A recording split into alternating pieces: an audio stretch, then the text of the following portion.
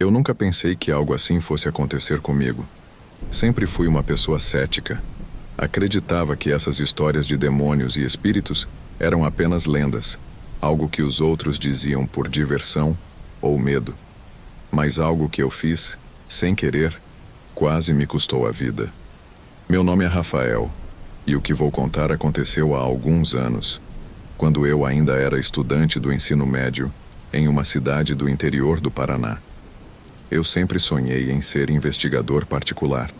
Desde pequeno, me fascinei pela ideia de resolver mistérios, descobrir segredos que estavam ocultos. Foi nesse espírito que, ao receber a tarefa de fazer um trabalho sobre um caso real, decidi investigar algo que tinha ocorrido na minha própria família. Algo que até então ninguém se atrevia a falar abertamente. Meu tio, anos atrás, havia tentado tirar a própria vida. Na época, ele alegou que ouvia vozes que o incentivavam a machucar a si mesmo e até os outros.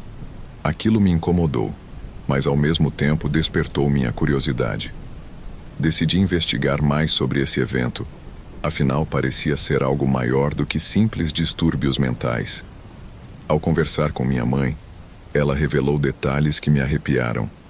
Ela contou que o comportamento dele piorou com o tempo. Ele começava a falar sozinho, a ter crises de pânico, e dizia que uma voz, sombria e ameaçadora, o incitava a atacar quem estava por perto. Chegou um ponto em que ele pediu para ser amarrado à cama, dizendo que o demônio queria usá-lo para matar alguém da família. Na manhã seguinte, o encontramos desacordado no quintal. Estava pálido, com marcas de luta no pescoço e um semblante de puro terror. A casa estava trancada. Tudo parecia em ordem, mas ele insistia que havia sido puxado para fora de casa por uma força invisível. A sensação de desespero era palpável. E, para piorar, algo estranho aconteceu depois disso. Eventos inexplicáveis começaram a acontecer na casa. Portas que batiam sozinhas, ruídos que não podíamos explicar e uma sensação constante de que algo nos observava. Meu tio não suportou aquilo por muito tempo e acabou se mudando para longe. Mas o que ele não sabia era que esse tipo de experiência estava longe de ser única. Eu estava prestes a descobrir um mundo que eu nunca imaginei existir. Minha pesquisa me levou a outros casos de pessoas que passaram por situações semelhantes. Uma delas foi a história de Juan, um rapaz jovem que começou a ouvir vozes também.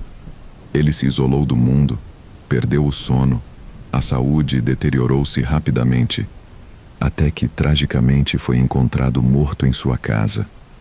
Durante o velório, a mãe de Juan revelou algo assustador. Tudo começou depois que ele brincou com uma tábua Ouija. Intrigado, fui atrás de mais informações sobre a tal tábua Ouija. Ouvi de várias pessoas que ela era uma forma de comunicação com o além, mas que, se não fosse usada corretamente, poderia atrair forças muito mais sombrias do que imaginávamos. Busquei até uma benzedeira, uma senhora que conhecia os mistérios que a ciência não pode explicar. Ela me alertou sobre os perigos de brincar com essas entidades. Segundo ela, demônios se alimentam de fraquezas humanas, e a Ouija, se usada de maneira imprudente, pode abrir portas que jamais deveriam ser abertas. Ela me recomendou que abandonasse minha investigação, mas eu estava decidido a saber mais, talvez até em busca de uma explicação racional. Foi então que, movido pela curiosidade, decidi experimentar a Ouija. Eu sabia que estava arriscando, mas não imaginava o que realmente estava prestes a acontecer. No início nada aconteceu, mas ao tocar o ponteiro, uma sensação estranha começou a invadir o ambiente. Era como se uma presença invisível estivesse se aproximando. Na segunda vez que tentei, o ponteiro começou a se mover sozinho. A princípio pensei que fosse minha imaginação, ou talvez uma reação involuntária, mas logo percebi que algo não estava certo. A força do movimento era muito forte. Meu corpo inteiro sentiu uma pressão, uma sensação de estar sendo vigiado. De repente, algo mais aconteceu. Senti como se minhas mãos estivessem presas ao tabuleiro, Uma força invisível segurava meus dedos, impedindo que eu os movesse.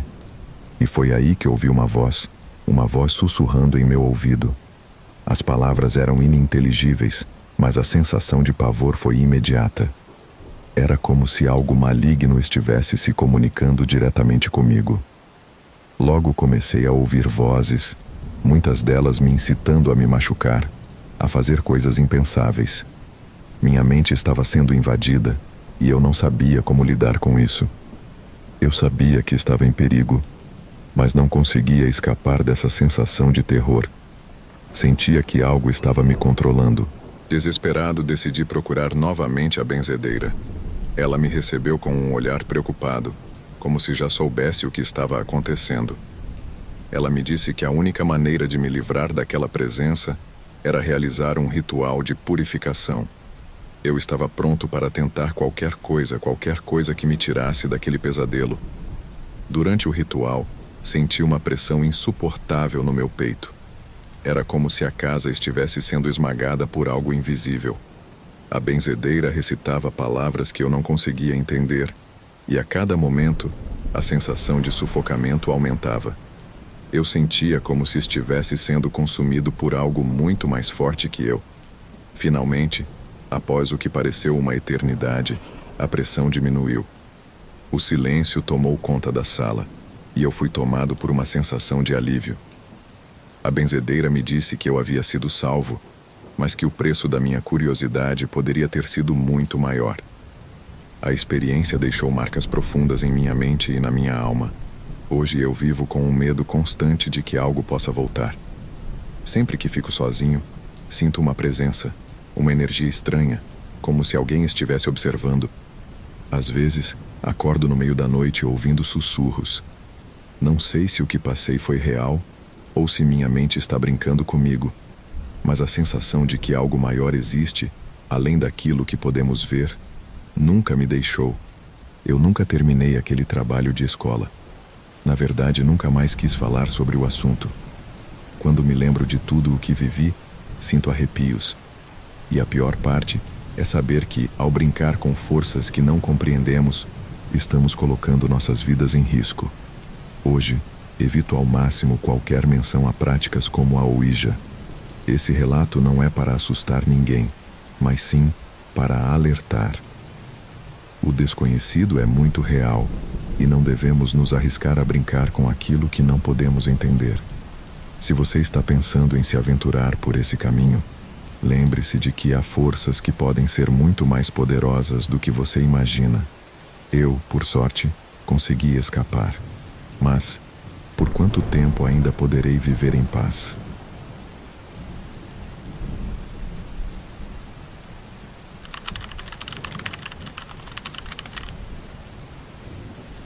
Você já sentiu aquele arrepio inexplicável na espinha? Ou teve a sensação de estar sendo observado, mesmo quando ninguém parecia estar por perto? Pois é, nem sempre conseguimos explicar o que acontece ao nosso redor. Às vezes, o sobrenatural nos dá um vislumbre do que pode estar escondido entre as sombras. Hoje você vai conhecer relatos que desafiam a lógica e despertam nosso maior medo: o desconhecido. Prepare-se, porque o que você está prestes a ouvir pode tirar o seu sono esta noite. Meu nome é Mariana, tenho 29 anos e trabalho como enfermeira em São Paulo. Há 3 anos me mudei para um pequeno apartamento no centro da cidade. Era tudo o que eu precisava: simples, barato e perto do hospital onde faço plantões. Desde o início, algo naquele lugar parecia estranho. Mas sabe como é? A gente ignora. Acha que é só coisa da nossa cabeça. O apartamento tinha um número discreto na porta: 104. A vizinhança era tranquila, e os poucos moradores do prédio pareciam reservados. As primeiras semanas foram normais, tirando o fato de que, às vezes, eu tinha a sensação de que o ar dentro de casa era pesado, quase sufocante. Culpei a ventilação antiga. Tudo começou a mudar em uma noite de domingo. Eu tinha acabado de voltar de um plantão de 12 horas, exausta, e só queria dormir. Assim que deitei, ouvi passos no corredor do apartamento. Até aí, normal. Só que esses passos não iam embora. Era como se alguém estivesse andando de um lado para o outro, repetidamente, bem na frente da minha porta. Levantei, olhei pelo olho mágico e... nada. O corredor estava vazio. Respirei fundo, me convenci de que era algum vizinho e voltei para a cama. Mas os passos continuaram. Agora, pareciam mais próximos, como se estivessem dentro do apartamento. Meu coração disparou. Acendi a luz, vasculhei todos os cômodos, mas estava sozinha. Tentei dormir com a luz acesa, mas mal preguei os olhos. Pela manhã, falei com o porteiro, seu Antunes, e perguntei se ele tinha visto alguém no corredor. Ele me olhou sério e disse: "Noite passada? Não, dona Mariana. Depois das 10 ninguém entra ou sai." A semana passou sem maiores acontecimentos, até que na sexta-feira voltei a ouvir os passos. Só que dessa vez não parou por aí. Enquanto estava na cozinha preparando um café, ouvi o som de algo arranhando a parede do meu quarto. Não era barulho de rato ou cano velho, era como unhas. Fui até lá, meio hesitante, com a faca de pão na mão, só por precaução. Quando abri a porta, senti um frio estranho, gelado, que não combinava com o calor daquela noite. O arranhado tinha parado, mas uma marca fina e comprida estava na parede, como se algo tivesse passado as garras por ali. Decidi que precisava de respostas. Conversei com Dona Cida, uma vizinha do terceiro andar que parecia conhecer a história do prédio como ninguém. Quando mencionei o número 104, ela empalideceu. "Você mora lá? Achei que aquele apartamento estava vazio há anos." Ela me contou que anos atrás uma mulher chamada Clara morava no 104. Segundo os boatos, Clara vivia isolada e era vista conversando sozinha pelas paredes. Numa noite, os vizinhos ouviram gritos vindos do apartamento. Chamaram a polícia, mas quando abriram a porta encontraram Clara caída no chão, sem vida. O laudo apontou causas naturais, mas Dona Cida jurava que tinha algo de errado. Depois que ela morreu, ninguém parava lá. Os últimos inquilinos foram embora dizendo que ouviam coisas. Ri nervosa, mas por dentro, uma sensação estranha crescia. Naquela noite, tentei ignorar a história e seguir minha rotina. Mas algo mudou. As luzes do apartamento começaram a piscar e a televisão ligava sozinha. Era como se o apartamento quisesse minha atenção. Num dos meus plantões, desabafei com uma colega, a Luísa, que sugeriu chamar alguém para limpar as energias. Ela me deu o contato de uma senhora que fazia esse tipo de trabalho. Desesperada, marquei uma visita para o sábado seguinte. Quando a mulher chegou, parecia tranquila, mas ao entrar no apartamento, sua expressão mudou. "Esse lugar tem muita dor acumulada." Ela andou pelos cômodos e parou no quarto. "Aqui é o pior." A senhora explicou que Clara não tinha partido completamente. Algo a prendia ali, como uma corda invisível. "Ela não quer machucar você, mas está perdida." Meu coração estava na boca. Perguntei o que eu podia fazer e ela sugeriu um pequeno ritual de despedida. Naquela noite, segui as orientações. Acendi velas, coloquei flores brancas no quarto e fiz uma oração. Enquanto recitava as palavras, uma sensação pesada me envolveu. O ar parecia mais denso, como se algo ou alguém estivesse ali, observando. No meio do ritual, ouvi um sussurro. Era quase inaudível, mas dizia: "Obrigada." Um arrepio percorreu meu corpo inteiro. As velas se apagaram sozinhas e por um instante o silêncio foi absoluto. Depois, o ar pareceu mais leve. Desde então, as coisas mudaram. Os passos desapareceram, as luzes pararam de piscar e o ambiente parecia mais tranquilo. Ainda assim, não consegui ficar lá por muito tempo. Pedi transferência no hospital e me mudei para outro bairro. Sempre que lembro do apartamento 104, me pergunto se Clara finalmente encontrou paz ou se está esperando por alguém que possa ajudá-la de novo. Sei que nunca vou saber a resposta, mas até hoje evito passar por aquela rua. Minha história não é para assustar ninguém, mas para lembrar que nem tudo pode ser explicado. O que aconteceu naquele apartamento ainda me tira o sono, mas ao mesmo tempo Me fez respeitar o que não entendemos. Então, se você sentir que algo está fora do lugar, talvez seja melhor confiar nos seus instintos. E, principalmente, nunca subestime o que pode estar escondido nas paredes de um lugar que parece comum.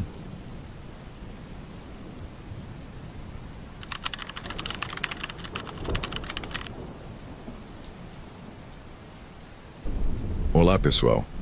Meu nome é Fernanda. Tenho 32 anos. Sou enfermeira e vou contar algo que aconteceu comigo há alguns meses. Trabalho em um hospital grande em São Paulo, um daqueles que parece nunca dormir. Apesar da correria e dos desafios, sempre fui cética em relação a coisas sobrenaturais. Até aquele turno. Era um plantão noturno e o hospital estava estranhamente silencioso. Eu estava encarregada de uma ala onde a maioria dos pacientes eram idosos. Enquanto atualizava os prontuários, percebi algo peculiar. 3 pacientes de quartos diferentes estavam acordados e agitados. Cada um deles dizia ter sido visitado pela enfermeira de branco. O Sr. Elias, do leito 7, foi o que mais me chamou a atenção. Ele era um homem de poucas palavras, geralmente reservado, mas naquela noite estava animado, quase emocionado. Quando perguntei o que tinha acontecido, ele sorriu e disse: "Ela veio aqui. Disse que eu ia ficar bem. Ela ajeitou meu cobertor e prometeu que logo eu estaria em casa." Aquilo me deixou intrigada. A descrição dele não batia com nenhuma das enfermeiras de plantão. Ele mencionou que ela tinha um coque perfeito no cabelo.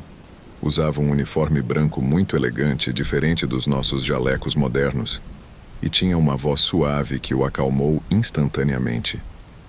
Decidi investigar. Passei pelos corredores verificando os quartos, mas tudo parecia normal.